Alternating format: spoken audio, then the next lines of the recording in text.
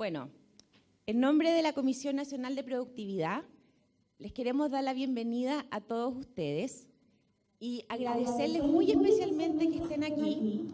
Por ahí me enteré que hay gente de Concepción, lo que en realidad nos hace pensar que esto valió la pena. Hoy día vamos a hacer una presentación sobre el informe de tecnologías disruptivas que hemos trabajado en la Comisión Nacional de Productividad durante todo el año 2007.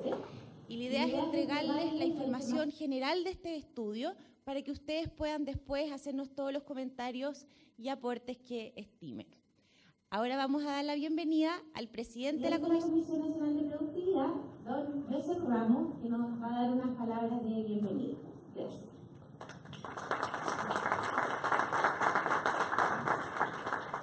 Muy buenos días. Ya estamos atrasados y no necesitamos plata mía. Dos cosas. La Comisión de Productividad fue creada por la presidenta 2 años y medio atrás para acelerar el crecimiento de la productividad, que es la fuente del bienestar de toda la sociedad.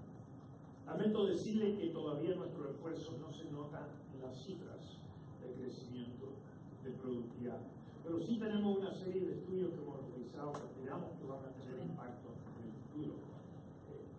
Algunos ya se han dado a conocer sobre la gran minería del cobre de Chile, sobre la participación laboral femenina, sobre la agenda de los gobiernos de Lagos, Bachelet 1, Sebastián Piñera 1. Y está este trabajo, tecnologías disruptivas. El tema lo van a abordar rápido y muy inmediatamente, solo decir 2 palabras.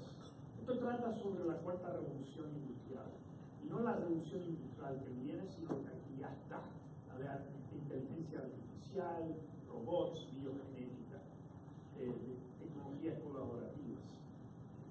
Están cambiando los empleos, están cambiando los mercados, están cambiando, aprovechando los recursos humanizados. El impacto de esto es notable. Son los títulos de ejemplo. Hoy en día hay en el estudio, vamos a informar, que algo como el 65% de los empleos en Chile están en riesgo de ser cambiados en los próximos 10 años. Y tal vez 25% casi con seguridad. Ahora, debe decir que esto es una nota personal. Yo creo, no es que esto va a destruir empleo, va a destruir y crear empleo. Creo que no hay un problema macro, no es como subirse al Titánico y encontrar que hay menos salvavidas que personas. No va a ser eso, pero sí hay un problema micro de desplazamientos a nuevos sectores, nuevas ocupaciones y nuevas competencias, y eso es un desafío. El objetivo del seminario no es mirar esto con susto, no es frenar la tecnología, sino cómo encauzarla, cómo aprovecharla mejor.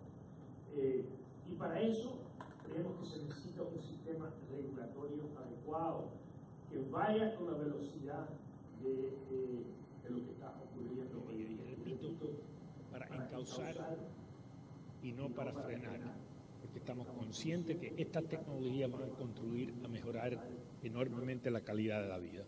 Bueno, con eso damos la bienvenida y queremos darle la palabra, no sé.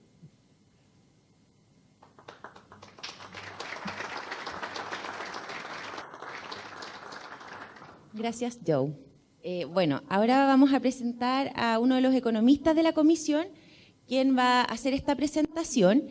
Y quiero hacer como una nota al pie, que dado lo extenso que es este trabajo, esta presentación va a condensar los puntos más importantes y luego los textos y los capítulos van a estar en nuestra página web, en donde con más detalle ustedes podrán hacer comentarios y hilar más fino. Y lo último que quería decir es que tenemos varios colaboradores y quería también agradecerles. Entonces, ahora viene Joaquín Gana y él les va a comentar sobre este estudio.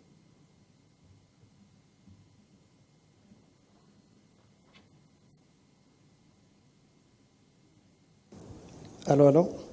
Ya, tengo habilitada mi tecnología.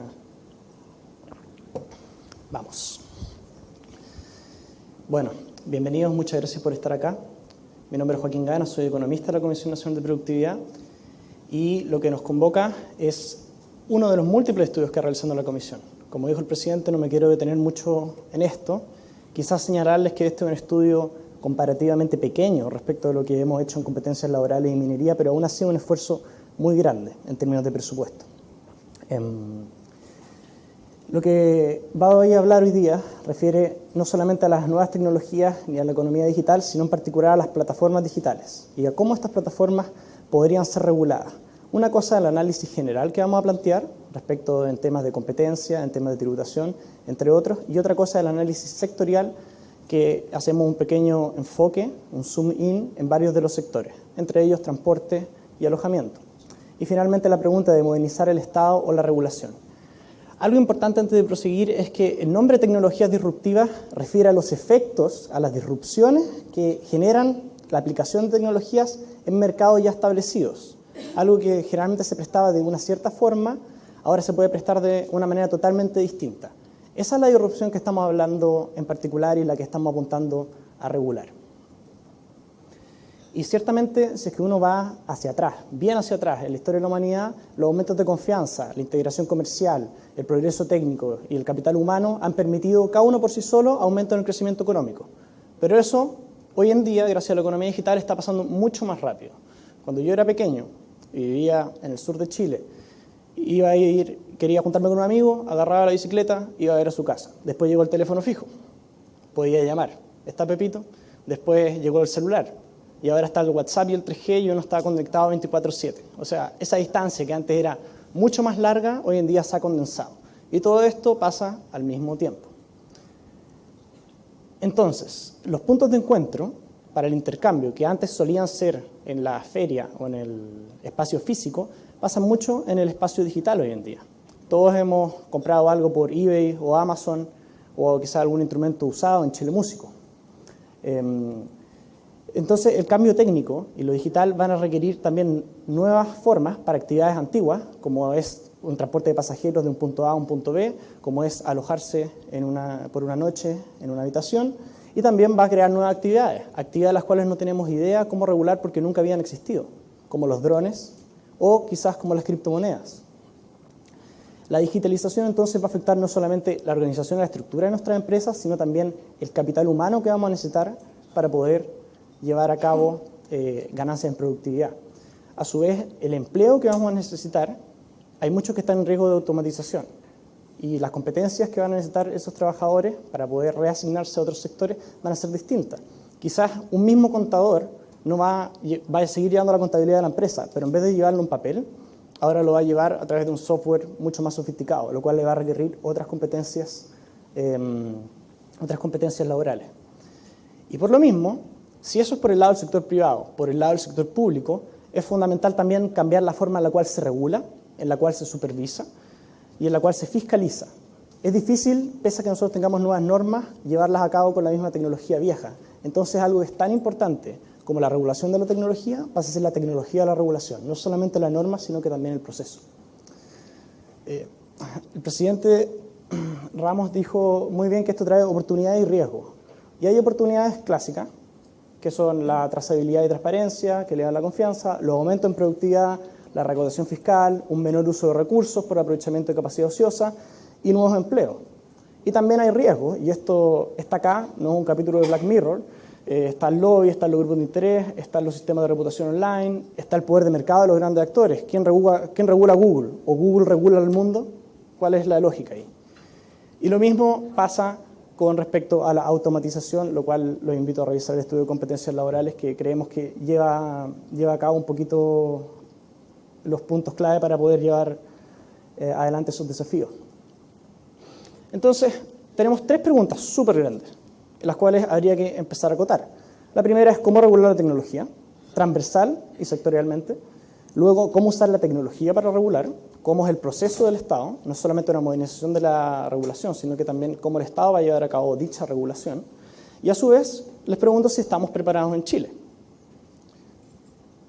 Y la respuesta a esta pregunta es que si es que uno compara las habilidades de la población adulta en resolución de problemas en ambientes tecnológicos, esto es una prueba que se hizo internacional, estandarizada, en la cual Uno agarraba muestras aleatorias de la población y los llevaba a una sala con un computador. Algunos ni siquiera podían usar el computador, sabe que yo prefiero darlo en papel, y tenían que hacer tareas. Por ejemplo, devolver una lámpara a una tienda, o quizás mandar un correo, o quizás asignar elementos a categorías simples. Por ejemplo, yo en esta habitación tendría que asignar, hay personas, hay sillas, las sillas son objetos y las personas son seres humanos. Perfecto. Cuando nosotros decimos que el 80% de los chilenos tienen nivel 1 o menos en resolución de problemas tecnológicos, es que son capaces de enviar un correo, de devolver la lámpara en la tienda, algo simple. Pero si el problema no está bien planteado y no es extremadamente simple resolver, el 80% de la población, que también, si es que uno piensa que esto está bien hecho, debería ser también el 80% de los trabajadores del Estado, los cuales tienen que fiscalizar y supervisar, y los mismos que van a estar en el sector privado, que están más en el área productiva, tenemos un desafío enorme. De ese 80, la mitad, el 40%, no tendría la capacidad de mandar un mail. Entonces uno se pregunta si es que este carro de la tecnología los va a llevar a todos, o si también tenemos mucho trabajo por hacer en el área de competencias antes de siquiera pensar en inteligencia artificial, en robótica y en un montón de cosas que quizás ni siquiera vayan a ser reguladas en este país. Es como las armas nucleares. Difícilmente en Chile se van a poner las reglas las cuales van a regular la inteligencia artificial. Y ahí cada país también tiene, esto es un caso que vimos en San Francisco, que nos contaron que en Alemania, frente a una muñeca que interactuaba con los niños y que uno piensa las posibilidades que eso tendría en términos de aprendizaje, mira, se personaliza, puede hablar, te enseña 3 idiomas y el chico después habla mandarín, fantástico, a los 7 años habla 3 idiomas. Pero ¿qué pasa con la información que le está mandando a esa muñeca y a la empresa que vendió la muñeca? Son preguntas a las cuales este estudio al menos no aspira a tener respuesta. Nosotros nos enfocamos en la regulación de las plataformas digitales. Una plataforma digital es algo que está ubicuo. ¿Y por qué digital? Porque está en la nube. Están las redes sociales, está Facebook, están las plataformas de comunicación como WhatsApp, hay otras que son de videojuegos, Sony, Nintendo, las cuales en el fondo los desarrolladores entran por un lado y los jugadores entran por otro y la plataforma intermedia. Lo mismo ocurre con los sistemas operativos, como Android, Microsoft, las tarjetas de crédito, medios de pago como Kipu o PayPal, plataformas de financiamiento alternativo como Cumplo y quizás los elefantes de la habitación que serían Uber y Airbnb, que en el fondo intermedian también oferentes y demandantes. Estas plataformas son ubicuas en lo que es la economía digital, están en todo lo que usamos. Probablemente nuestro celular tiene 1, 2, 3, 4, quizás hasta 10 de este tipo de plataformas. Y la gran ventaja de las plataformas respecto de una economía, digámoslo así, en papel, en físico, es que permite reducir lo que los economistas denominan costos de transacción. Si es que yo tuviera, por ejemplo, que buscar alojamiento para ir de vacaciones a Valparaíso y quisiera revisar los precios de todos los hosteles, de todos los hoteles, de todos los hostales, me demoraría muchísimo. Además tendría que conseguirme la guía amarilla, son pesadas, son complicadas, las letras chicas, es difícil. Entonces, lo que logran estas tecnologías es disminuir mucho los costos de búsqueda y de transacción. Me organizan la información de manera tal de que el consumidor puede tomar una decisión más informada y a su vez suelen integrar medios de pago. Entonces yo no tengo que hacer una transferencia, sino que hay una plataforma y esto da seguridad y esto solamente se le paga una vez que se prestó el servicio, entonces están todos los incentivos alineados. Esto es lo que subyace el análisis de la comisión en términos de los principios generales. Aquí nos metimos en varias áreas, pero el objetivo del estudio, en última instancia, es maximizar los beneficios que proveen estas plataformas, minimizando las externalidades negativas y otras fallas. Y a su vez, esto, en el mejor de los mundos, debiese imponer la menor carga tanto para el regulador de fiscalizar, como para el regulado de cumplir los estándares que se le están solicitando. No se trata de poner y poner estándares, sino también pensar, mire, ¿qué estándar estamos poniendo? Y si esta carga también después va a implicar que voy a tener que tener 10 personas más en cada Ceremi para poder ir a fiscalizar la ley que estoy imponiendo. O sea, hay formas más eficientes a veces de hacer las cosas. Varios de estos problemas que presentan las plataformas, y esto es un desafío mundial, no está resuelto en ninguna parte del mundo, son específicos a la realidad nacional. Los problemas que ocurren en algunas partes no necesariamente van a ser los mismos que ocurren en otras. Muchas veces lo que pasa en Santiago no es lo mismo que pasa en taxis en Concepción. Y así, lo mismo que aplica a escala nacional, aplica a escala internacional. Nos fijamos en las mejores prácticas internacionales y también nos fijamos mucho en lo que es la tecnología de la regulación, cómo el Estado lleva a cabo el proceso de supervisar, de fiscalizar y de regular.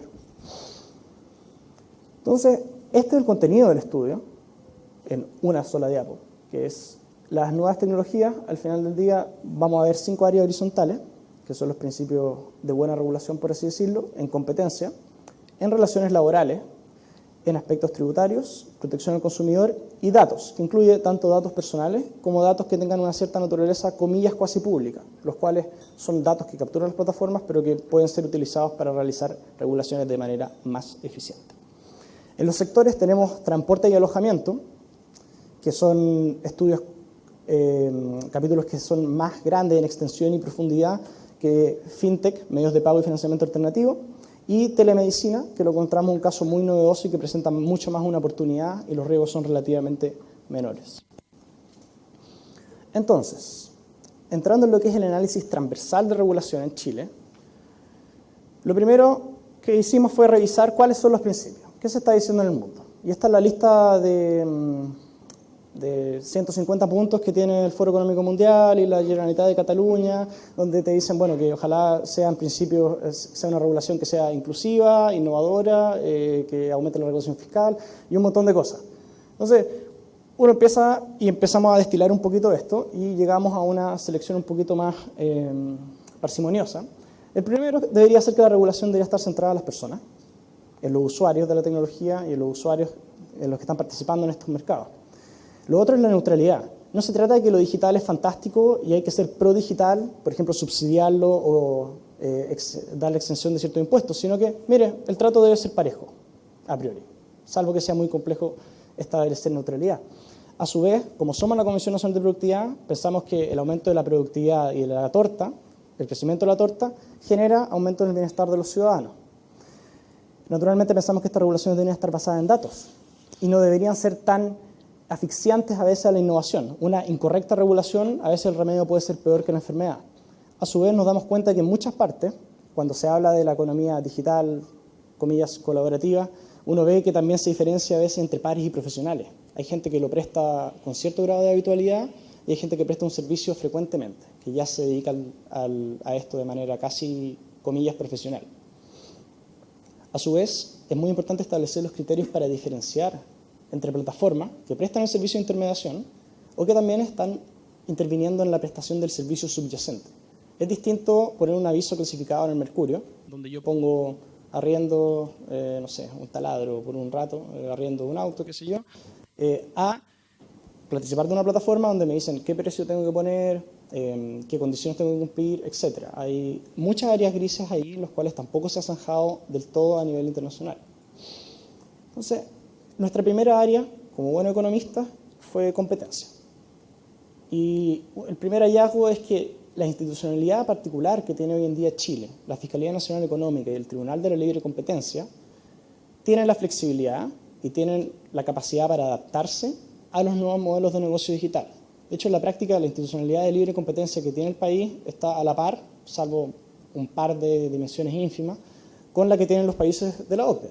Tenemos las mejores prácticas de delación compensada y una serie de otros mecanismos. Y gran parte de los temas de competencia, comillas, desleal, debiesen revisarse a través de la institucionalidad de competencia. Por otro lado, respecto de los requisitos de acceso y regulaciones para que estas plataformas participen en algunos mercados, a priori no vemos que haya mucha claridad en eso, ni en los servicios mismos. Y vemos que, como uno de los principios, la legislación internacional comparada efectivamente distingue entre pares y profesionales, lo cual puede ser por un criterio de frecuencia o habitualidad, o bien de ingreso, lo cual hace que el permiso de los pares, todo lo demás constante, tienda a ser un poquito más laxo que lo otro. Naturalmente, si hay otras variables en juego, como muchas veces pasa en la política pública, uno puede fijar un estándar similar, pero siempre estamos pensando que sean permisos que sean sencillos y que sean eficientes. Sobre protección al consumidor y responsabilidad civil, lo primero es que si uno revisa la Ley de Protección al Consumidor, vamos a tener un área gris. Aquí no es que esto lo media el CERNAC o esto lo media el Tribunal Civil, o sea, no es tan claro. Nos induce más a pensar de que hay un espacio aquí para aclarar dentro de la ley que para modificarla. Entonces, nuevamente estamos trabajando un poco con lo que ya tenemos. Y ambas dimensiones, tanto en responsabilidad civil como en protección al consumidor, están generando incerteza jurídica a los participantes. Alguien quizás participa como un inversionista hormiga. Bueno, ¿y qué pasa si no me pagan? ¿Responde la plataforma? ¿Responde la persona? ¿Tengo que hacerle un juicio a la persona que hizo el préstamo junto con otros 50 inversionistas? ¿Cómo funciona esto? En datos. Una primera cosa es que la ley de datos personales en Chile está relativamente desactualizada respecto de los mejores estándares internacionales y se han llevado a cabo varios proyectos de ley, ninguno ha llegado del todo a puerto. Un segundo aspecto es la portabilidad de datos y perfiles, de manera tal de que un usuario no quede, comillas, cautivo de una plataforma. Y las plataformas también generan grandes cantidades de datos. En el caso, por ejemplo, de minería, las empresas mineras en todos los países del mundo entienden que la información geológica que ellos recolectan, la precompetitiva, a la hora de realizar exploración en minería, favorece a todo el sector y por transitividad a la sociedad en su conjunto. Debido a que si es que yo hago 50 hoyos en una campaña de perforación, después va alguien más y dice, ¿sabe qué? Me tincó esta zona. Pero si esa persona no tiene la información básica de suelo que yo ya recolecté, difícilmente sus esfuerzos van a llegar a mejor puerto y difícilmente vamos a encontrar más yacimientos. Lo mismo aplica para las grandes cantidades de datos que están recibiendo las plataformas.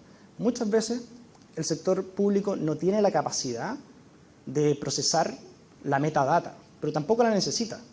Pero si hay un poco de información que quizás, por ejemplo, sería útil para la planificación urbana, el flujo automotriz, temas de congestión y quizás los temas de concentración de arriendo en el corto plazo, que pasa mucho en Barcelona. Entonces, ese tipo de cosas pueden ayudar en sí a la sociedad en su conjunto. No solamente los datos personales, sino también cuáles datos pueden ser útiles para la política pública. Una lista totalmente con espacios de mejora respecto a las anteriores que hemos abordado es la tributación. Y en particular aquí lo primero es que existen cargas desiguales entre las plataformas digitales y entre estas y el comercio tradicional, dependiendo si la empresa va a estar establecida en Chile. Y esto naturalmente tiene efecto importante en el impuesto de primera categoría y el Servicio de Impuestos Internos naturalmente estará pendiente de esto. Un punto clave es que la fuente del ingreso de muchas de estas actividades está en Chile, pero uno tiende a pagar, por ejemplo, en Holanda o en Irlanda o en otro país, porque se te carga a la tarjeta de crédito.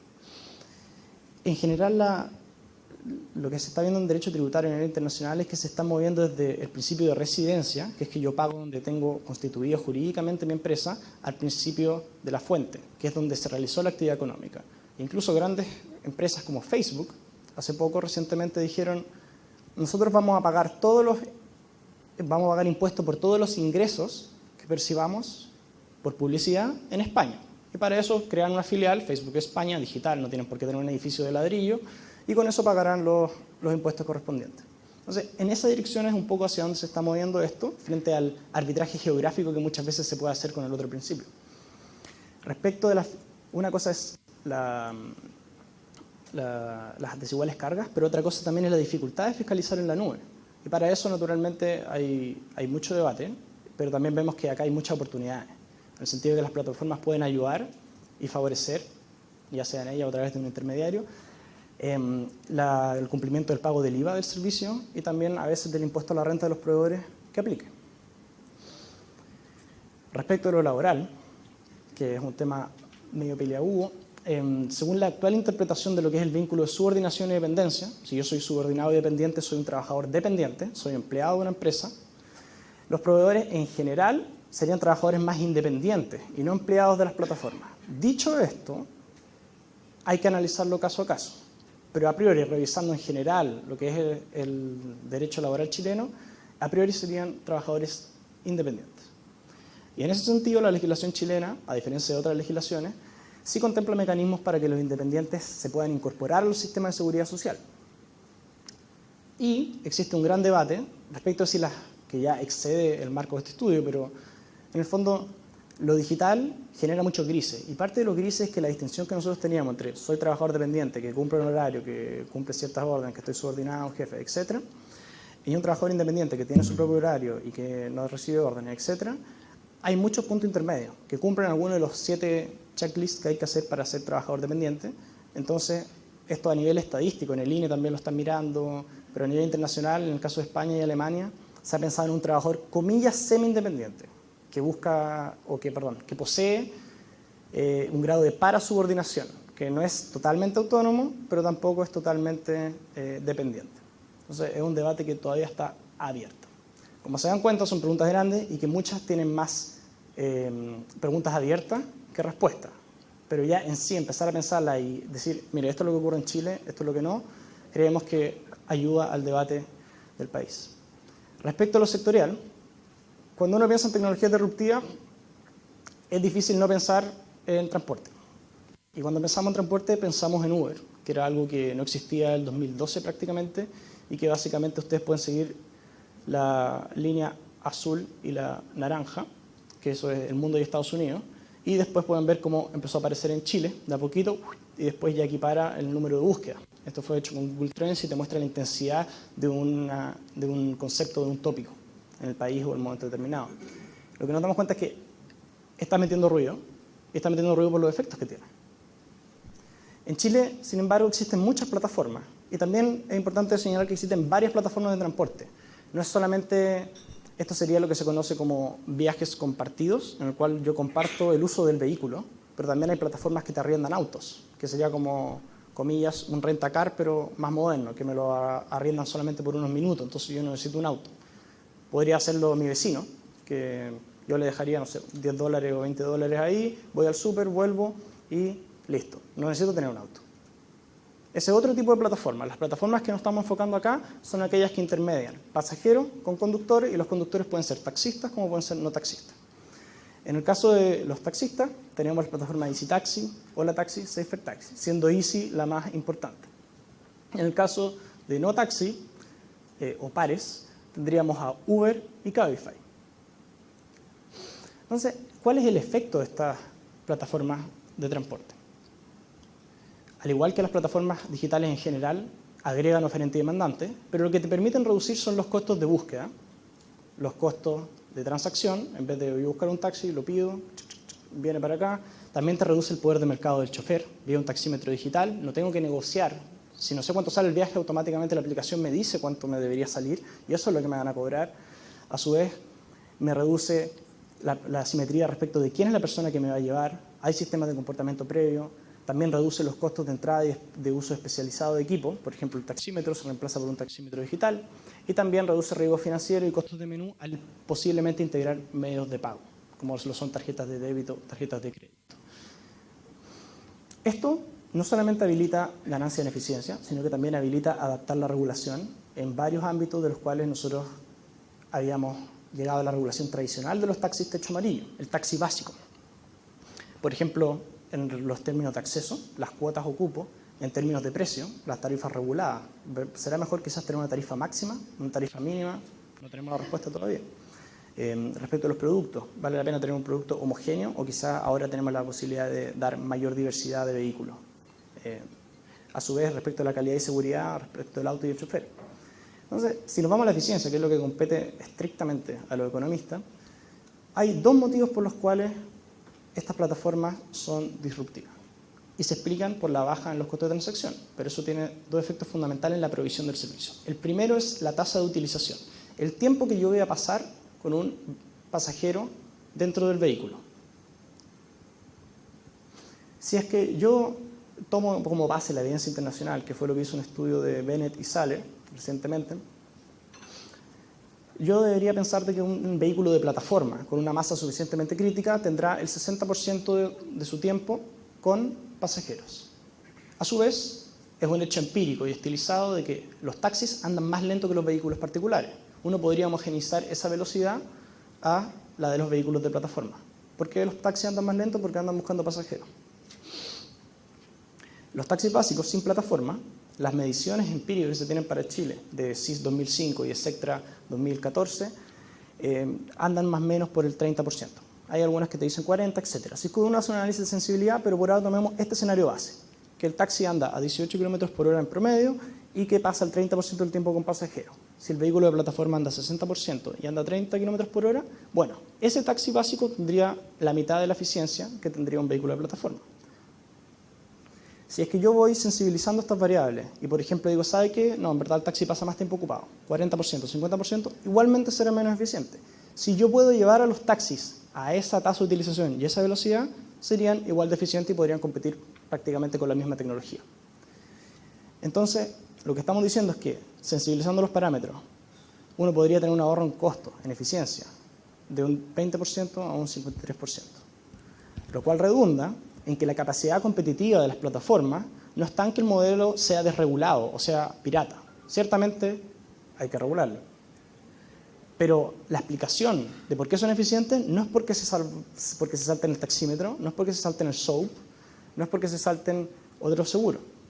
Si es que uno compara los costos que están incluyendo los conductores tradicionales, un par, que tiene un vehículo y se transita por Santiago, y los gastos que tiene un taxista y lo lleva a pesos mensuales, lo que uno va a ver es que la diferencia entre ambos son 25.000 pesos mensuales. Eso en el ingreso de un taxista de 1.300.000 bruto mensual, o puede ser 1 millón, sería 2% de los ingresos. Entonces, no creemos de que ahí está la diferencia, sino que pensamos de que la mayor parte de la diferencia se explica gracias a una ventaja por el uso de la tecnología. Naturalmente, esto nos sugiere que es importante incorporar la tecnología a los taxis tradicionales. Y ahí está el ejemplo de Easy Economy. Cuando apareció Uber, cuando apareció Cabify, los taxistas, muchos dijeron, ¿sabe qué? Quizás sí, no hemos prestado el mejor servicio en algunas ocasiones y hay gente que le hace daño a la profesión, pero nosotros sí estamos dispuestos a prestar un buen servicio. El problema era que tenían tarifa regulada. Entonces, independiente de que ellos quisieran prestar un servicio de la misma calidad, iban a estar cierto porcentaje más caro, ¿verdad?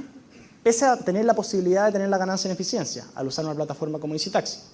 Entonces, con Easy Economy, lo que nos dimos cuenta, y eso lo utilizan mayoritariamente taxistas, 90% de los conductores de Easy Economy son taxistas. Ellos están dispuestos en horario valle, donde la demanda no es alta, a bajar un poco el precio. A bajar un poco el precio y operar, y saben que con la ganancia de eficiencia igualmente es un negocio rentable. Entonces, lo que nos sugiere, en síntesis, todo esto, es que hay que incorporar la tecnología a los taxis tradicionales. Y asimismo, de que el óptimo de eficiencia, para las plataformas de transporte, no para el sistema de movilidad urbana en su conjunto, porque las plataformas de transporte no van a ser capaces, no da la aritmética para reemplazar el metro, para reemplazar el transporte público, pero pueden ser un muy buen complemento, es más cercano a un city car o una van en servicio de carpooling. ¿Ya?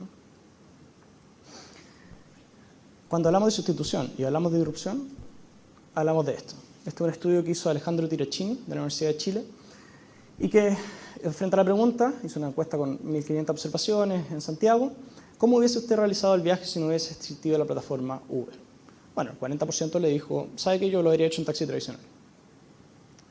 Y el problema acá no es ese, sino que el problema acá es el transporte público. Porque cuando yo estoy sustituyendo muchos pasajeros de transporte público, lo que yo estoy haciendo es que estoy agregando congestión y contaminación, que son las externalidades clave en el sector de transporte. A su vez, las plataformas también están induciendo viajes, que es la barra de más abajo, un 5%, que es menor a la evidencia comparada internacional, pero que no deja de ser. Y ese 5% son viajes que no se hubieran hecho si es que no existiera la plataforma, que también están induciendo congestión y contaminación. Dicho esto, las externalidades de congestión y contaminación no son exclusivas de las plataformas de transporte, sino que todos los autos que están circulando por Santiago, por Valparaíso, por Concepción, congestionan y contaminan. Para todos los efectos prácticos, un vehículo de plataforma va a congestionar y contaminar menos. ¿Por qué? Porque va a pasar más tiempo con un pasajero en el auto. Y en términos de congestión, no es evidente que las plataformas logren reducir la congestión. De hecho, esto típicamente se mide como millas, kilómetros totales acumuladas en una ciudad. En la medida que hay más movimiento, es un mayor indicador de congestión. Y las estimaciones de un estudio muy reciente en Nueva York, para el periodo 2013-2017, indicaron de que la aparición de Lyft, de Juno, de Uber, ha generado mucho, un aumento del 35% aproximadamente, en la cantidad de millas recorridas. Entonces, este es un tema súper importante, en el cual si bien las plataformas no van a ser las encargadas de resolverlo, sí es bastante claro de que pueden al menos no empeorarlo. Y para que no lo empeoren, la condición pareciera ser de que con un cierto umbral de pasajeros en el vehículo, por ejemplo 3 o más, ahí ya estamos hablando de que esta cuestión al menos se mantiene. Pero ese es el umbral. Y la contaminación es más específica del vehículo más que de las plataformas. Ahora, lo importante acá, y el mensaje que quiero que se lleven, es que si es que no contaminaran ni congestionaran, lo más probable sería que uno le fija los mismos estándares de seguridad y no habría motivo por el cual uno debiese inhibir esto. Pero como es un sistema de transporte, nos importan mucho los efectos de red.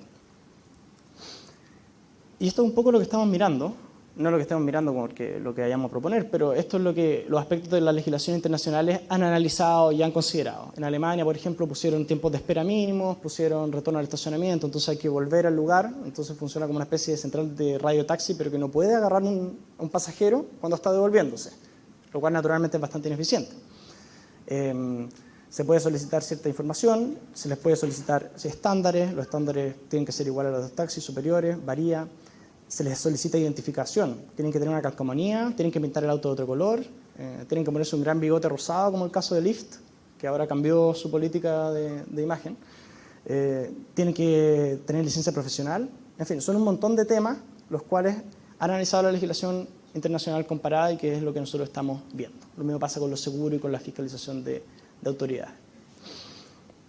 Pasándome a alojamiento, que es un sector que es bien distinto porque lo que pasa con Uber, Cabify es que los efectos son relativamente similares a lo que ocurre en el resto del mundo.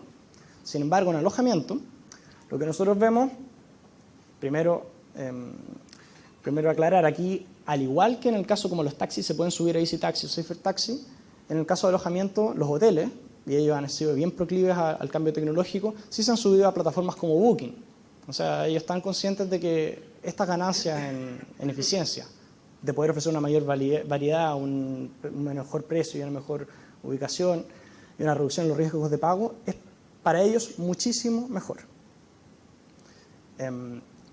Sin embargo, en el caso de Airbnb, que es un poco el elefante en Chile, lo que nosotros vemos es que si bien esto permite la oportunidad de monetizar activos infrautilizados como una segunda vivienda o una pieza, esto también va a generar ingresos y esto también puede tener ciertas externalidades negativas, que si bien no van a ser congestión y contaminación, sí son externalidades negativas. Entonces, en aspectos de la competencia, este alojamiento suele, los menos sofisticados o más cercanos a una casa tradicional, suelen competir con hostales, suelen competir con albergues. Sin embargo, la externalidad clave, que suele ser la más polémica, es cuando compiten con el arriendo a largo plazo. En el fondo, una estadía turística, sea por turismo de negocio o por turismo de ocio, implica que yo voy a pasar un tiempo corto, generalmente menos de una semana, en una ciudad o un barrio específico. Puede ser de que yo, como dueño de un departamento, decida, ¿sabe qué?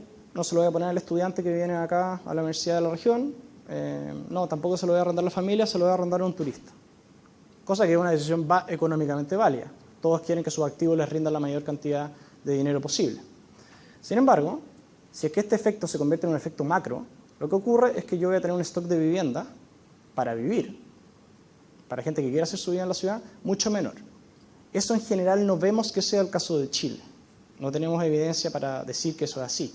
En el caso de Barcelona, que tiene 1,6 millones de habitantes y que recibe 12 millones de turistas formales, los informales llegarían más o menos a los sobre 20 millones. En el caso de Chile, somos 17 millones de habitantes y recibimos 6 millones de turistas. Entonces, no tenemos este problema feliz de que tenemos tanto turismo que no sabemos qué hacer con él. Y por lo mismo, los efectos en general, si bien existen, deberían ser más monitoreados que regulados ex ante. En aspecto de tributación, el tipo de arriendo de una casa particular entraría como un departamento particular, entraría, al igual que una casa en la playa, como arriendo de inmueble amoblado, lo cual es susceptible al pago de IVA. Naturalmente esto tiene un elevado costo de fiscalizar, pero en la práctica pensamos que es bastante factible. Y esto, naturalmente, alojamiento es un sector bien distinto a transporte y también es bien distinto a fintech, que sería nuestro tercer análisis vertical. En el caso de fintech, la oportunidad fundamental es de inclusión financiera. No solamente reducir los costos de transacción, que es el caso de medios de pago, donde se ha hecho una ley de medios de pago que además incide positivamente en muchas de las otras plataformas que ya mencionamos.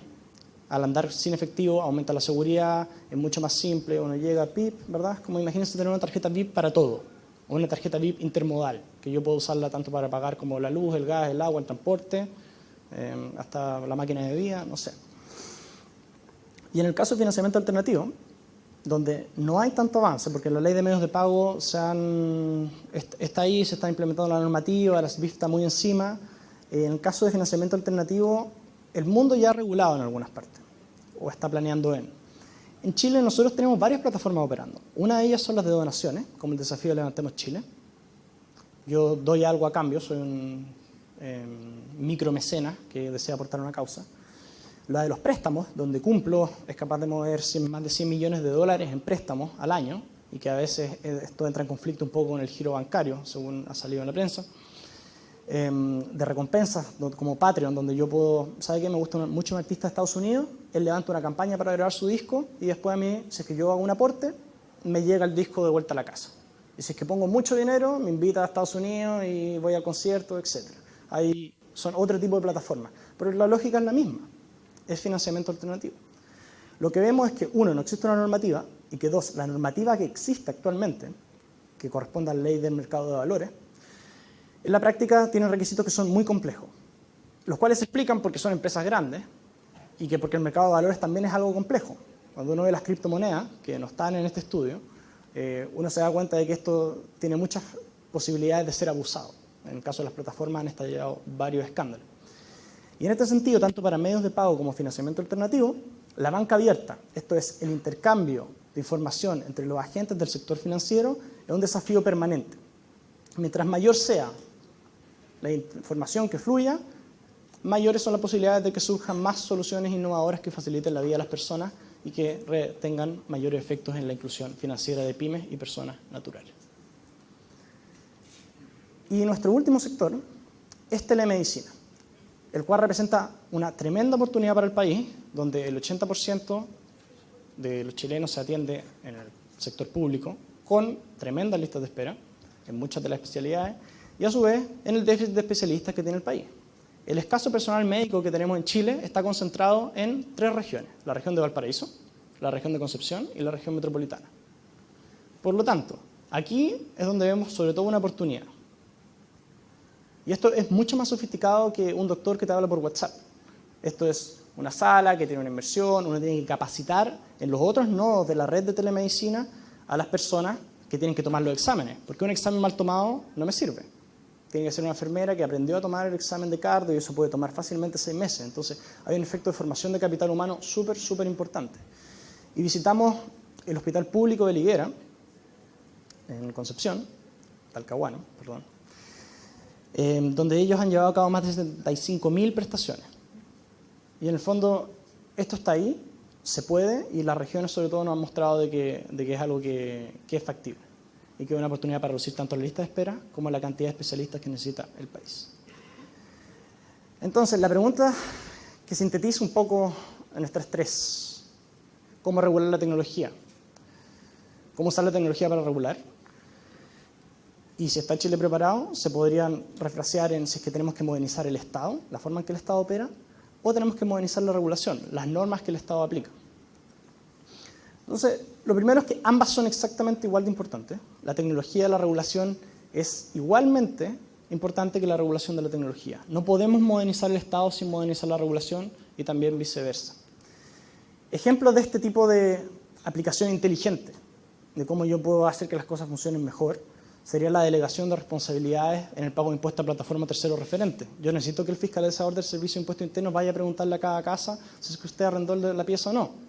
No, la plataforma puede reportarlo. Y, por ejemplo, en el caso de Chile, Cabify solicita boleto honorario a sus conductores. Al hacer eso, automáticamente el Servicio de Impuestos Internos entera esos montos, le restará el 30% por ser trabajador independiente, y eso va a la base imponible de la declaración de renta de ese trabajador. En el caso de Airbnb, en algunas jurisdicciones han hecho acuerdos con las autoridades locales para recaudar la tasa hotelera. A diferencia de Chile, en otros países existe una tasa de turismo, una tasa hotelera, que puede ser un 14%, un 5%, fluctúa mucho según el país. Y aquí es un ejemplo de cómo la recaudación puede ser por otra vía. Otro ejemplo son terceros retenedores, como las tarjetas de crédito o los mismos medios de pago, que pueden actuar también reteniendo. Un segundo ejemplo de tecnología de la regulación sería en los entornos de prueba o el famoso sandbox, caja de arena. En Inglaterra, que siempre se ha caracterizado por ser un centro de innovación financiera, se planteó la posibilidad de hacer este entorno de prueba. Se abrió una convocatoria donde habían reglas mínimas de participación.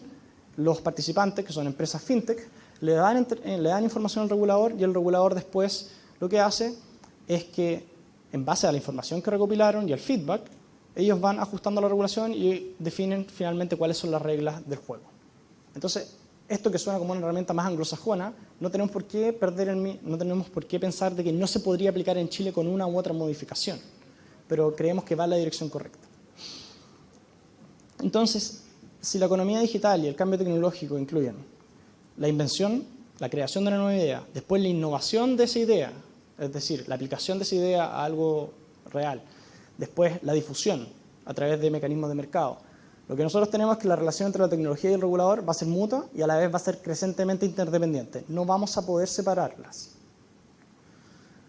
Las nuevas tecnologías no van a ser disruptivas solamente para el mercado y para el regulador. Entonces, para que nosotros podamos aprovechar este ilimitado recurso tecnológico, la productividad, que es lo que en el largo plazo, más que la acumulación de factores de capital y de trabajo, conlleva las ganancias en bienestar, lo que nosotros necesitamos es que el emprendedor tecnológico o la tecnología vaya acompañada también de un emprendimiento regulatorio. No se puede modernizar el Estado sin modernizar la regulación y difícilmente vamos a poder modernizar la regulación sin modernizar el Estado. Muchas gracias.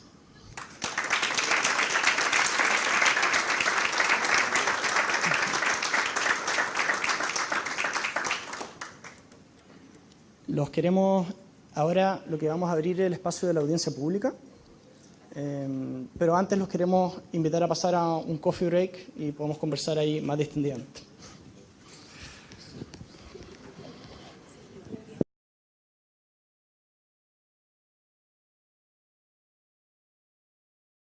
Muchas gracias a todos los que se están quedando ahora a la segunda parte de esta presentación, que tiene que ver con recibir los comentarios de ustedes, porque para la Comisión Nacional de Productividad es muy importante sociabilizar los estudios que estamos trabajando y en ese sentido incorporar todos los comentarios que ustedes tengan que decir hoy día.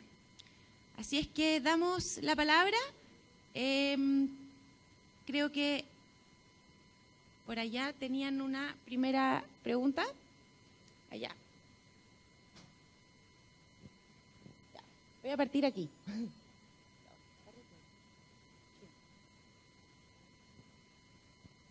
Hola, mucho gusto. Miren, nosotros somos del Hospital de Talcahuano. Les traemos un video para explicarles lo que nosotros estamos haciendo, porque con el video es posible que lo entiendan mejor. Queremos atacar un solo problema. Ustedes piensen en la lista de espera de todos los pacientes que están esperando alguna vez ver a un médico. Bien, son varios miles de personas. Y vamos a tomar un solo ejemplo, que es la teleneurología. En neurología hay 70.000 personas en estos momentos que están en lista de espera para primera vez que ven un neurólogo. Ustedes saben que neurólogo tienen que ver personas con Parkinson, con demencia, disfagia, ceguera de origen cerebral. ¿Bien? Y eso para solamente la primera consulta. Para la segunda consulta, es decir, el control, 350.000 a 400.000 personas están en lista de espera neurólogo. Entonces, nosotros apostamos por una solución que a través de una plataforma web, en donde, si tú la puedes mostrar, por favor, solamente no pasar el video, por favor, sino para que ellos lo entiendan. Es para que vean cómo funciona. El paciente está en un consultorio con su médico tratante. Nosotros nos ha enviado a través de una capacitación en una plataforma todos los datos del paciente y nosotros tenemos acceso en 4K a su imagen en alta definición. Le podemos hacer un examen físico, lo que queramos, y nosotros tenemos acceso a manejar la cámara. Él tiene un computador en el cual ve dos imágenes. Lo ve a uno en una selfie, soy yo en este caso, soy el médico de ahí, y tiene acceso a su plataforma. Por lo tanto, él puede ver lo que uno está escribiendo. ¿Bien? Entonces eso ya es una ruptura también incluso para la relación médico-paciente. Entonces, por favor, pasa el video. Hola, ¿cómo está usted? Ella autorizó por la ley de derecho y deber del paciente a grabar este video, así que yo quiero consultarle desde cuándo usted estaba en la lista de espera de neurología. Fueran ella, por favor. En febrero del 2015. Muy bien. ¿Y desde cuándo que se le derivó a teleneurología a usted? El día 16 de octubre del 2015. ¿Y cuándo la evaluamos en teleneurología? El 19 de octubre del 2015. Muy bien. ¿Y ahora qué día hoy día? Porque hoy día le acabamos de hacer su diagnóstico. ¿Qué día es hoy? 9 de noviembre Bien. del 2015. Bueno, como le decía yo a usted, lo que usted tiene es un tumor hipofisiario, de acuerdo, que se ve muy clarito en la imagen, que es lo que le había explicado hace un momento. Y su hormona del crecimiento salió elevada. Y eso explica los síntomas que tiene usted. Y por esa razón, este lunes usted va a venir a hospitalizarse acá para que nosotros la derivemos para que sea intervenida en forma quirúrgica. ¿Me entiende bien? Sí. ¿Y le puedo hacer una consulta? Una última. ¿Qué le parece que se pueda haber resuelto esto a través de televisión? La verdad que muy bien, porque yo tenía otro pensamiento. Ya. Bueno, la mayoría de las personas tienen otro pensamiento con respecto a la telemedicina. Esto es una telemedicina presencial, directa. Nosotros no creemos que es disruptivo, ¿eh? Nosotros creemos que es una solución a los problemas de salud pública nacional. Creemos que el 30% de todo el ejercicio de la profesión debiera ser así. Yo soy el jefe de la unidad, por lo tanto ahora es el 30%. Bien. No solamente es más barata, sino que es más rápida, tiene la misma calidad y además es más ubicua. Es decir, podemos atender a todas las personas, incluyendo en su domicilio. Eso es. Muchas gracias. Muy bien. Allá.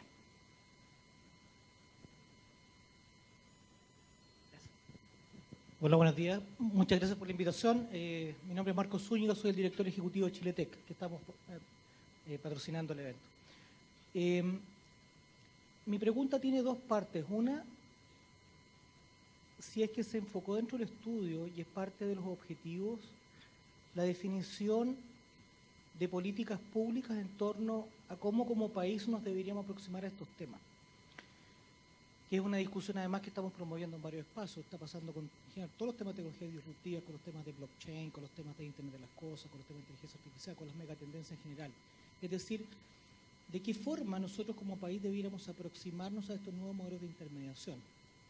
Porque al parecer creemos que en Chile hay discusiones que no hemos tenido. Por ejemplo, ¿vamos a ser exclusivamente usuarios de estas nuevas plataformas de intermediación? ¿O vamos a promover a través de estas plataformas, por ejemplo, la creación de nuevos espacios de servicio de Chile, por los chilenos y para los chilenos, y que eventualmente nos generen espacios de competitividad a nivel no solamente regional, sino que eventualmente mundial, que es una posibilidad concreta? Entonces esa es la primera pregunta. ¿Cómo nos aproximamos desde las políticas públicas y de la visión que como país deberíamos tener estos espacios en el futuro? O la otra alternativa es que seamos siendo eternamente usuarios y que sigan llegando los Airbnb, que siga llegando Amazon, porque la verdad también es que la realidad es que en Chile básicamente la innovación tecnológica la desarrolla el Estado. Y tenemos una estadística en la cual dice que menos del 0,4% hoy día de la inversión de investigación y desarrollo se hace en Chile, siendo que los estándares de la OECD están sobre el 2,3%, y eso principalmente lo desarrolla el Estado. Entonces hay un rol acá en esto, en términos del uso de la tecnología y la transformación digital como país, que queremos saber quién lo debería enfrentar. Esa es la primera pregunta. Y la segunda pregunta es, ¿cómo identifican los mecanismos precisamente para promover la creación de estos nuevos servicios? O sea, por un lado, que estén las definiciones país, y por otro lado, cómo nosotros empezamos activamente a actuar como promotores de estos servicios para la creación de industria, creación de empleos. Eso, gracias. Ya. No sé si contestamos al final o mejor recopilemos tres y contestamos. Perfecto. ¿Qué más? ¿Alguien más? ¿No? Bueno, vamos a dar espacio para que vaya fluyendo la pregunta. A ver, con respecto a qué es lo que debería hacer el Estado, cuál es el rol del Estado frente a la tecnología, y de partida desde el punto de vista del diseño de la política pública, creemos que de todas maneras tiene que haber un rol en donde el Estado se haga cargo de este fenómeno de la tecnología que va a una velocidad muy rápida y que muchas veces el Estado llega más lento porque el diseño de la regulación requiere procesos que son largos en el tiempo y esto avanza muy rápido.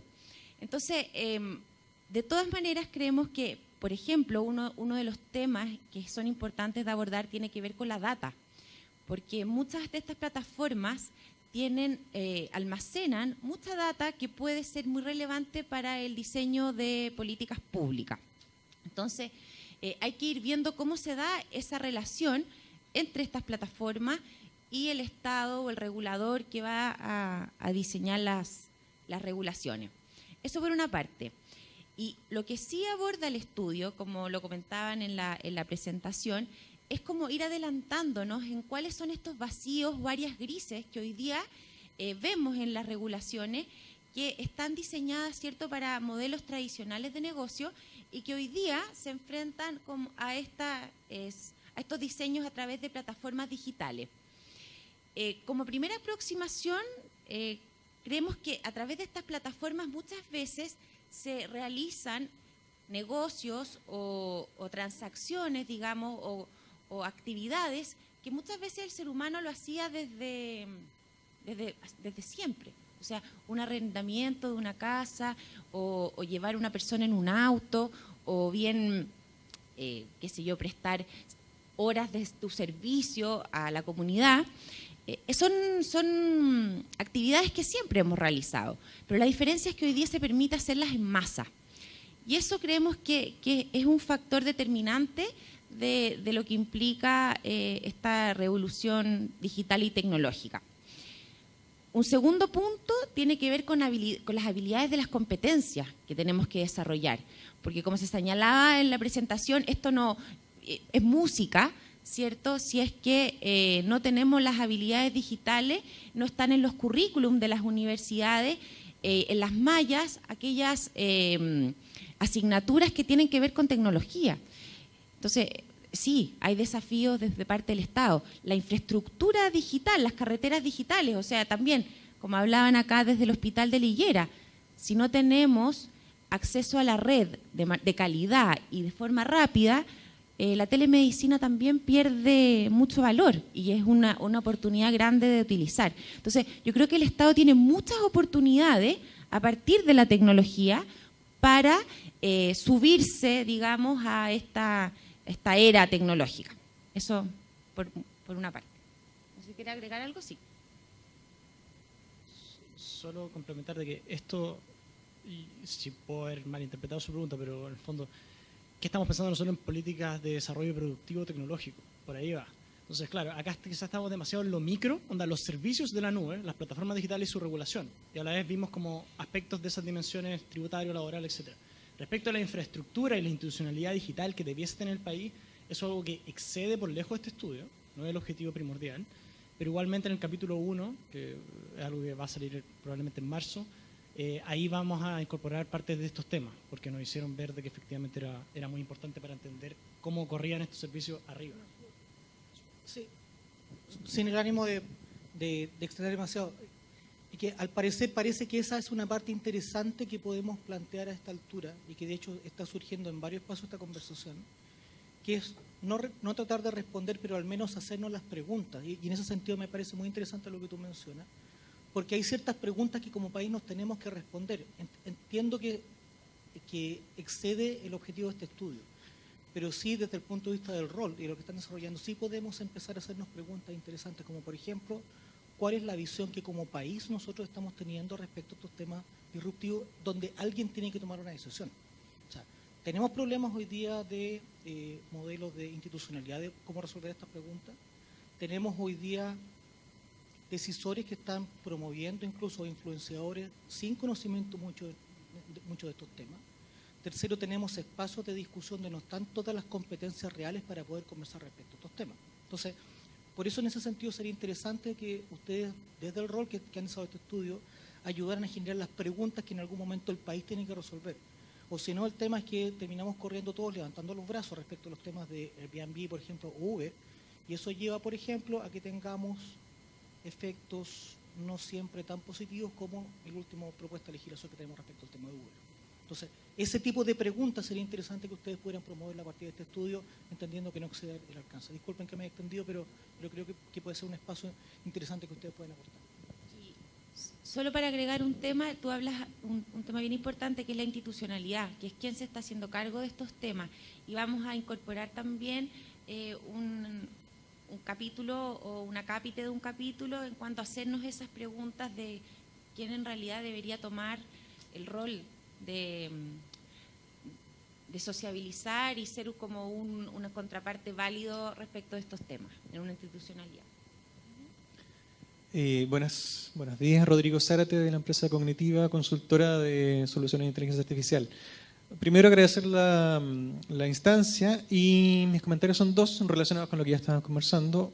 Primero, que efectivamente, y lo han dicho muchas personas como Eduardo Vitrán y otras personas que están poniéndole cabeza a esto, ¿cuál debería ser el rol de Chile en esta nueva era productiva basada en las competencias digitales, donde todavía tenemos la oportunidad de subirnos al carro? Y en esa línea, viene mi segundo comentario, es la consulta. Si se evaluaron o se está pensando evaluar distintas iniciativas que están viniendo de instituciones y particularmente de organismos del Estado para aprovechar o para generar las competencias en Chile para desarrollar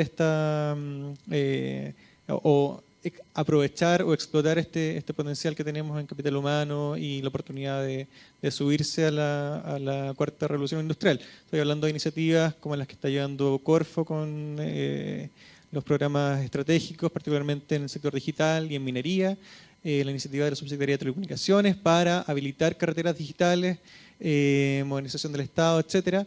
La pregunta es si consideran hacer un análisis o diagnóstico de estos caminos, si están bien enrutados o si podrían ser distintos, o hacer un recuento al menos, pensando sobre todo en que estamos a puertas de un cambio de gobierno donde todos estos temas, la continuidad de todas estas iniciativas va a ser revisada. Entonces, si hay una postura o se pretende hacer alguna evaluación del estado actual o el estado del arte de Chile en estas materias, cómo las enfrentamos.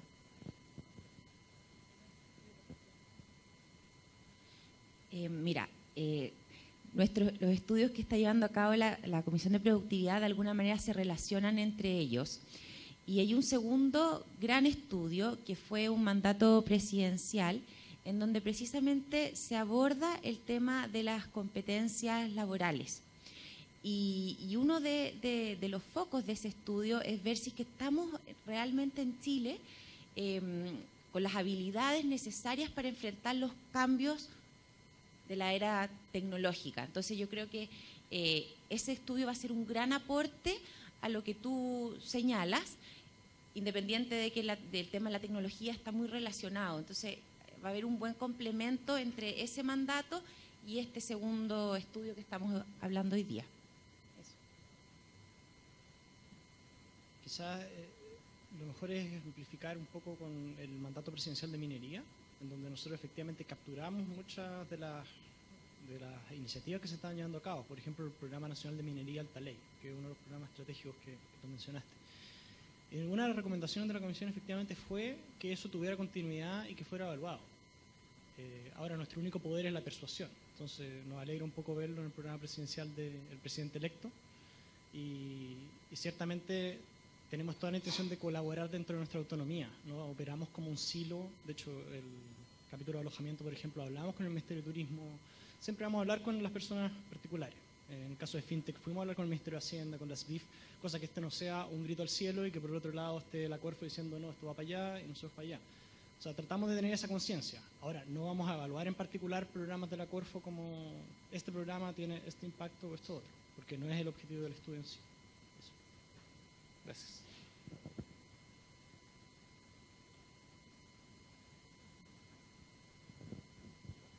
Yo tengo una pregunta en el sentido que hay que tener cuidado con la discriminación a las plataformas, porque cuando yo vi el slide de alojamiento, el arrendamiento con bienes está grabado con IVA y ya está grabado con IVA hoy día. Entonces, pareciera que lo que sucede con las plataformas es que no es que hacen nacer una dificultad legal, por así decirlo, sino que la vienen a amplificar. Entonces, todos sabemos que la realidad actual es que el arrendamiento de bienes residenciales, ¿no es cierto?, no se paga el IVA. Seamos sinceros, es una realidad. Entonces la pregunta es, ¿por qué entonces cuando aparece la plataforma, ahí sí saltamos y decimos, oh, no se está pagando el IVA? Esa es mi pregunta, muy simple. Sí, tú tienes toda la razón. O sea, la idea también es como ir viendo esto desde un punto de vista neutral, porque a veces la tecnología en realidad regula, o no, en realidad conecta a personas, ¿cierto?, que han realizado actividades desde siempre. Y el arrendamiento, ¿cierto?, de inmueble amoblado es una actividad que se ha ido desarrollando hace tiempo, y el problema que tú señalas del pago del IVA es tanto aquí como acá de la misma forma. Lo que vemos nosotros respecto a eso es que hay una oportunidad, al revés en el fondo de estigmatizar a la plataforma, todo lo contrario, hay una oportunidad, dado la data que tiene la plataforma, de a lo mejor que el recaudador o el Servicio de Impuesto Interno tenga la oportunidad de en realidad fiscalizar mejor, y esta norma que ya existe, poder cumplirla y, ¿cómo se llama?, y aprovechar esa información para de alguna manera fiscalizar y cobrar estos impuestos. Eso tanto en el sistema antiguo como con plataformas digitales, pero en ningún caso tiene que ver con estigmatizar a un lado respecto del otro. Gracias. Hola. Yo voy un poquito en la misma línea del tema de la estigmatización. Sí, porque en el tema de telemedicina está muy en boga, sobre todo en medicina, el tema de la seguridad, ¿no? Y cómo no encasillar, o si ustedes visualizaron, o qué recomendación vieron en el tema de seguridad, porque todos hablan de la ley de derecho y deber del paciente, de quién son los datos, pero finalmente es como cuando dice él, disculpa tu nombre, antes las fichas hasta el día de hoy de los pacientes están en unos sótanos y los ve hasta el cartero, el portero, pero ahora que hay ficha clínica digital, están todos preocupados de que si le sacan una foto al computador, eso se manda por WhatsApp hacia otro lado. Entonces, si visualizaron temas con la telemedicina, porque finalmente la seguridad tiene que ser un tema, pero tampoco puede ser un ahorcamiento finalmente con tanta regulación a la hora de implementarlas, porque finalmente las plataformas colaborativas hablan de la colaboración y la confianza. Y dado que Chile, estadísticamente, los estudios internacionales muestran que es uno de los países con menor tasas de confianza, ¿cómo hacemos o qué recomendaciones han encontrado ustedes de este estudio, o si lo van a abordar con respecto al tema de seguridad? Muy buena pregunta.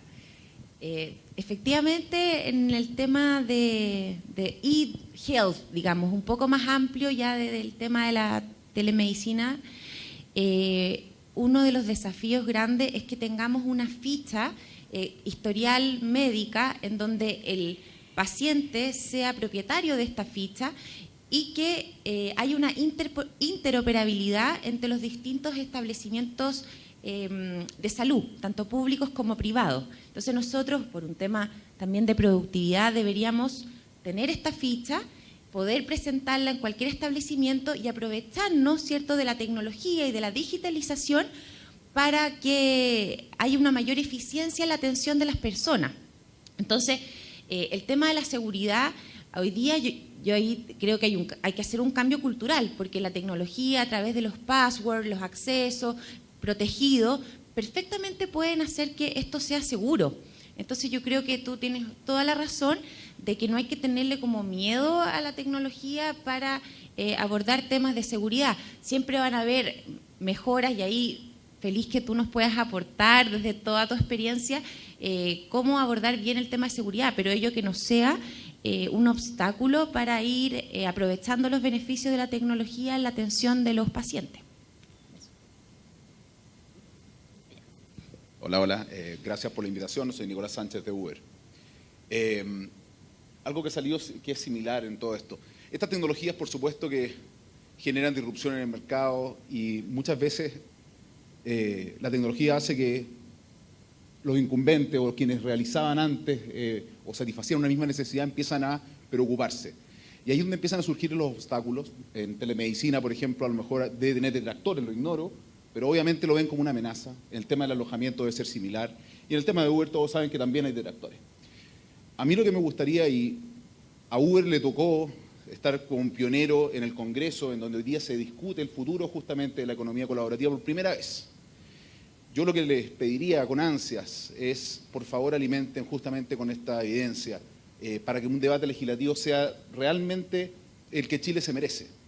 Porque la verdad es que, y los invito a ver todos los martes en la comisión de la Cámara de Diputados, muchas veces lo que ocurre es que los intereses justamente de actores particulares empiezan a entrampar los debates legislativos. Y se pierde el foco de algo que en tu presentación, Joaquín, tú lo pusiste, regular en base a datos, en base a evidencia, no perder de vista al usuario, al ciudadano. Son cosas que son básicas, pero que muchas veces se nos olvidan precisamente por el ruido que ocasiona la disrupción.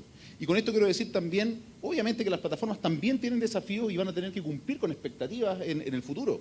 Hay temas que están en discusión, temas tributarios, temas laborales, de nuevas formas de trabajo que no son los convencionales.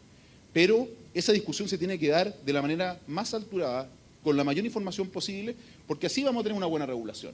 Pero yo creo que todo este ruido ambiente hay que pasar a esa segunda fase. Yo creo que ustedes, con lo que están haciendo, con este estudio que van a lanzar próximamente, creo que es un excelente insumo para que Chile tenga realmente un debate legislativo que realmente va a hablar de la tecnología de aquí hacia lo que sea, porque no sabemos dónde va a llegar esto. Así que de verdad les agradezco mucho.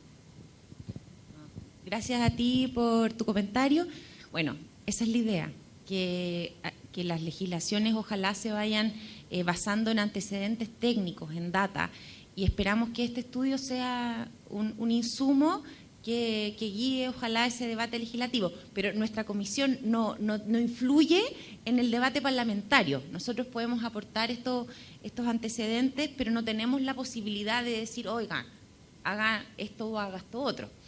Entonces, es un aporte de estudio técnico, pero no es político a ese nivel. Muchas gracias.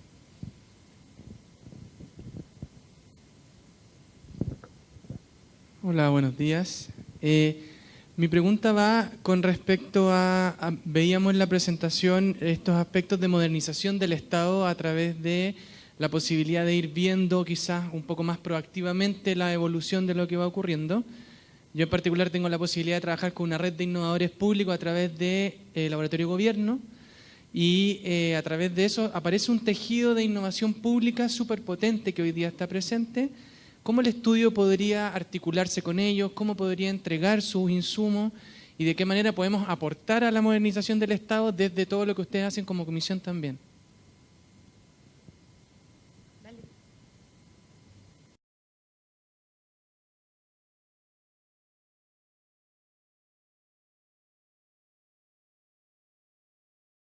Hay una agenda de modernización digital, hay muchos trámites que han avanzado, por ejemplo el registro civil, otros ejemplos bien sectoriales como los visamáticos en la ley de pesca, muy vilipendiada por razones obvias, pero parte de eso tenía un mecanismo de control que es una especie de cajero, en los cuales cuando uno llega, los pescadores van depositando, van empezando las cuotas y eso está todo digitalizado y se va. Lo mismo con los GPS en los barcos, esto viene desde el 90 en adelante en la implementación. Estamos conscientes de eso y ciertamente estamos en diálogo con otras agencias públicas, ¿no? La idea es retomar y poder impulsar un poquito lo que ya se está haciendo. Y otra cosa, como para complementar, yo creo que la sociedad civil hoy día tiene un rol importante, porque estos temas están abiertos. Hoy día, como señalaban por esos lados, tenemos la oportunidad de hacernos las preguntas y de generar instancias para que todos los actores, tanto públicos, privados, como de la sociedad civil, puedan integrarse en esta era tecnológica. Yo lo veo como una oportunidad de acción, digamos, desde distintos lados. Ya. Bueno, les agradecemos doble, porque estas fechas siempre son difíciles y gracias por estar aquí. Estamos en contacto, esto va a estar dentro de esta semana, los capítulos en la página web, la presentación también. Y bueno, bienvenidos, todos los comentarios son muy válidos para nosotros. Eso.